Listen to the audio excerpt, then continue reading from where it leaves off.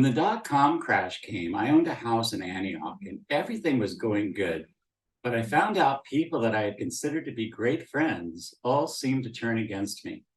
I found out they were lying about me behind my back and basically taking advantage of my generosity, mistaking it for stupidity. I pulled back. I stopped being generous. I was angry.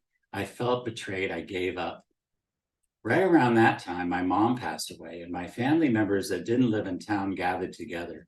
We all met at various homes in the area, but nobody came to my house.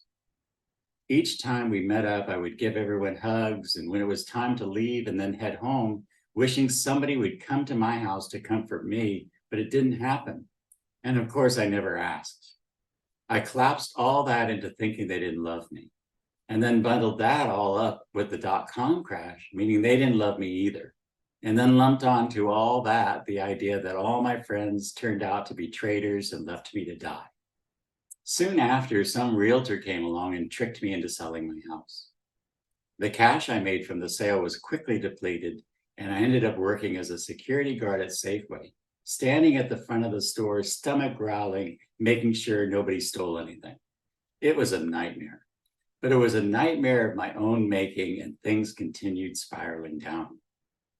I went from being a security guard at Safeway to being a security guard at one of the high rises downtown.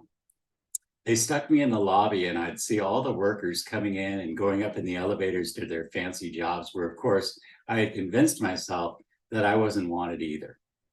I was a bundle of terrible energy and even got in an argument with my supervisor, and they changed my hours to 11 p.m. to 7 p.m. and my post was a little swivel chair out on the loading dock. Every hour I would get up and walk the perimeter of the building. And that little swivel chair, it was right in front of a great big dumpster, so the smell wasn't that great either. Now this downward spiral had lasted almost 5 years. I was broke, angry, unloved, and sick of my situation.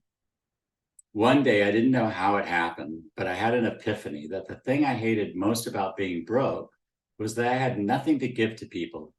Even my smile was gone.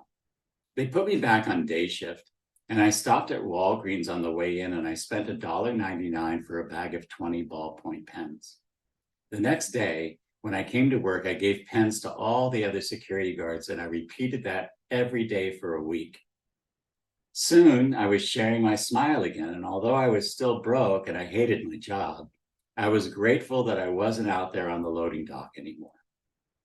I was finding myself being grateful when lunchtime came and I had food to eat, grateful for the sunshine and the birds singing, grateful that I had a roof over my head.